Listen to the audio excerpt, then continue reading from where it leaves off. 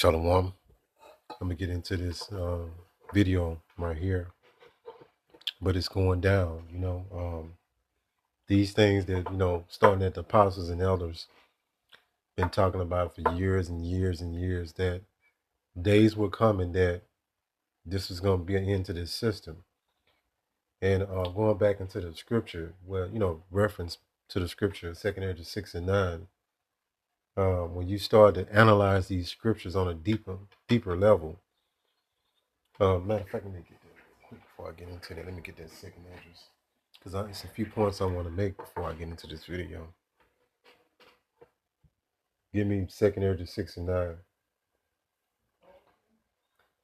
Give me the book of second Ezra 6 and 9.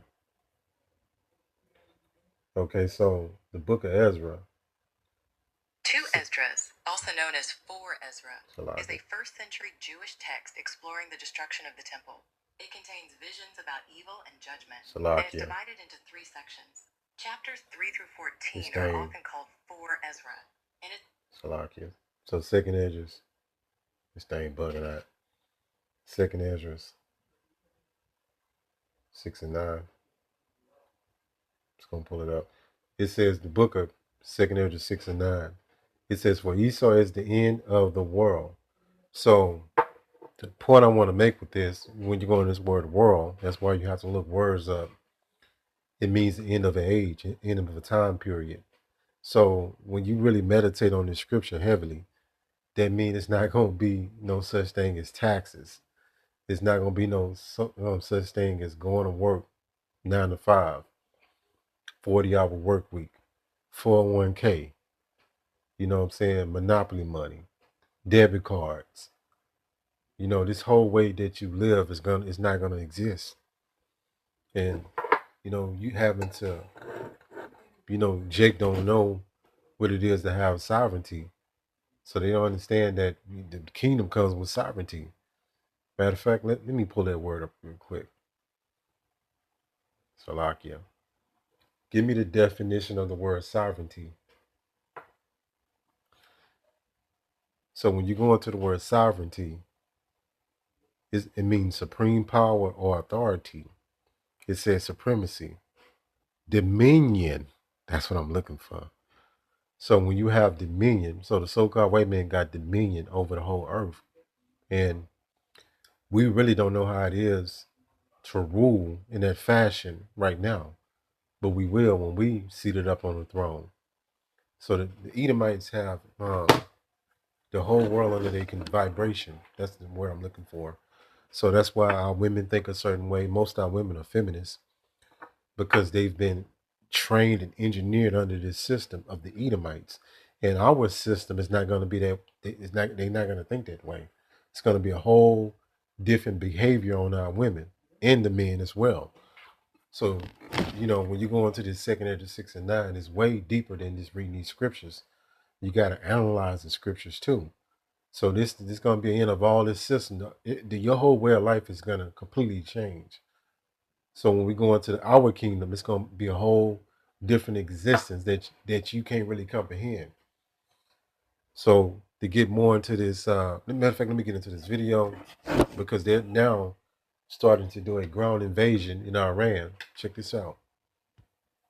By our senior producer, Yulia Pomigailova, indicating that Kurdish forces that are based in Iraq have launched a ground offensive into Iranian territory.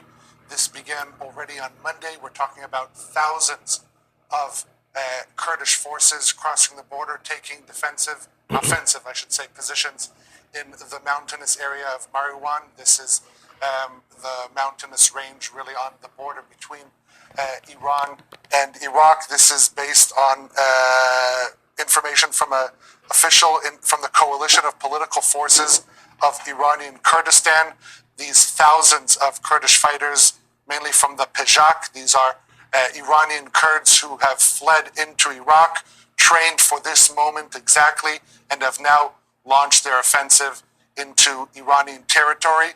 And as we speak, there's reports of intense airstrikes on IRGC positions in Mariwan, which would indicate coordination between the Kurdish forces and whoever is striking those positions, be they American or Israeli forces. And look at that. You know, throughout these past couple of days, there have been numerous reports of coordination between the Trump administration and Kurdish forces in Iraq, including direct conversations between President Trump and Kurdish leaders. Coinciding with that, there is also a phone call between the Iranian foreign minister and the president of Iraqi Kurdistan, warning against any operation along the border between Iran and Iraq. And so we are seeing right now that that ground offensive has already begun.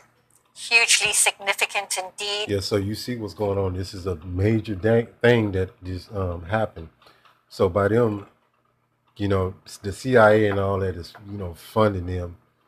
You know, once they do a ground invasion, and when you study the geography of Iran, it's almost, you can't conquer Iran because of the terrain, the mountains, and just the way it's built, you know, the way the geography is. So this, you know, this is going to be on, it's going to another level, right? So let's go here. But these things must happen, you know, ultimately before, you know, World War III goes nuclear.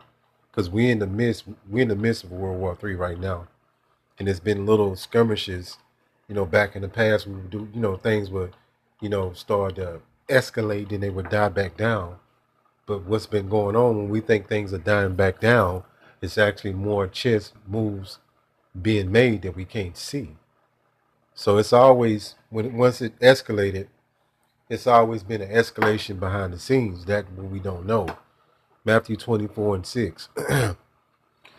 And ye shall hear of wars, right? And rumors of wars. So that's why you have these countries, right? Like Russia, China, North Korea, they'll throw these threats out, but nothing really happen, right? Them rumors of wars. And also you got actual wars going on as well, as you're seeing right now. So we're in those times, just giving us an indication that we at the end. It says, see that ye be not troubled. So don't bug out. Keep yourself grounded, because these things got to happen. For all these things must come to pass, but the end is not yet. Why? Because we got another major prophecy that has to come into existence, which would be the micro CHIP, which I saw a video. What they're doing is getting everything geared to go digital. I mean, that's what we're getting ready to go into. So it's going to be multiple things going on at the same time, right? Let's keep going. It says Matthew 24:7, for nation shall rise against nation, as you seeing, and kingdom against kingdom, that's what you're seeing. And there shall be famines, pestilence, and earthquakes in divers places. So all that is what you're seeing. We just had a blood moon, you know, from the signs of heaven. Blood moon by last week or 2 weeks ago, I forget. So much going on, so much to keep up with. But it's all these different signs are going on around us, and these people are asleep. You look at the people in the world, they got a dead spirit on them. They just going about their everyday business. That's fulfilling the prophecy of as the days of Noah, right? As the days of Noah, the people will be marrying, giving in marriage, you know, going by their everyday business. When you go deeper into what that means, basically they're going to be living a normal routine, but yet we see chaos, and chaos is going on, but they numb to it because they dead spiritually. Let's go here. So the Bible, you know, is full of a lot of dark sayings and parables. That's why people can't get it. A Christian want the Bible to say things verbatim in the terminology that they know today, but it's not like that. The Lord put a snare for you Christians. He made it so confusing that you can't understand. He made the Bible terminology so confusing to you that you won't be able to get it. The Lord knew what he was doing. That's why when we go into these scriptures and what our ancestors saw, they was using ancient terminology. That's a snare to you people. That's outside of the truth, because the Lord don't want everybody to get it. That's why he set the Bible up with ancient terminology to block the people understanding, besides the elect of the nation Israel.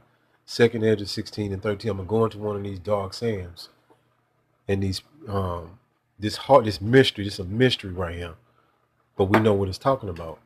It says, "For strong is his right hand that bendeth the bow." A Christian will read this, it has no effect on them. They don't know what's going on. They think this is just a story in the Bible to them. It says, "His arrows that he shooteth are sharp and should not miss." Check this out. When they begin to be shot into the ends of the world. ICBM missile. This scripture is actually giving you a context clue to let you know it's talking about something deeper, because you can't shoot no arrow from across the world. This is a dark sand talking about nuclear warfare, missiles, ICBM missiles to be particular. But a Christian not going to get this. It's above their understanding. 2 Ezra 16 and 14. It says, "Behold, the plagues are sent, and shall not return again." It says, "Until they come upon the earth." So these plagues, pestilence is coming, more. And then you got actual missiles are gonna, once they get shot out these silos, these submarines, these different launching stations, areas or whatever, once they go up, it's a wrap. 2 Ezra 16 and 15.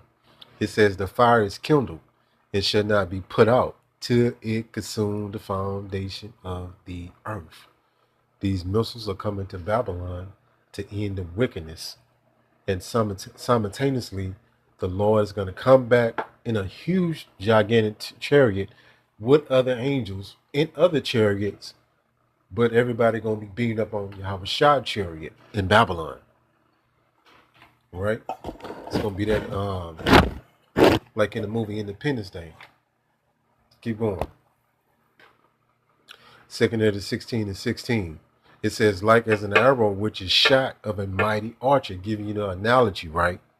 "Return that backwards." So once an archer shoots the arrow out of his bow, that's it. It can't turn around. Once he pulls the string back and let it go, it's a wrap. "Even so, the plagues that shall be sent upon the earth shall not return again." Let's keep going. 2 Ezra 16 and 17. Woe is me, who will deliver me in those days?" And this proves reincarnation if you got your spiritual eyes open, because Ezra, knew that he would come back. That's why he said, woe is me, who would deliver me? And meaning that he would be alive in his time. That proves reincarnation, because Ezra died after this time frame right here. He died. So you got to come up on the level. Let's keep going. It says 2 Ezra 16 and 18. "The beginning of sorrows." I thought God was good all the time. He loved everybody. He wanted to give you Mercedes-Benz. He wanted to give you a mansion, all these cardinal things on this side. No. "The beginning of sorrows and great mournings, the beginnings of famine and great death." Your Christian pastor ain't never taught you this. That's why the people that's outside of the truth, they don't know what's going on. "The beginning of wars." It says, "And the power shall stand in fear. The beginning of evils, what shall I do when these evils shall come?" So this is a question that Ezra was concerned about, because he saw the great sorrows and mournings that's on the horizon. And you need to have that same sense of urgency, because once this shit really kick off, it ain't gonna be no coming back. It's gonna be a wrap. So it's best to go ahead and get it right now, because they're gonna end up cutting these videos off. They're gonna shut all this shit down at a point.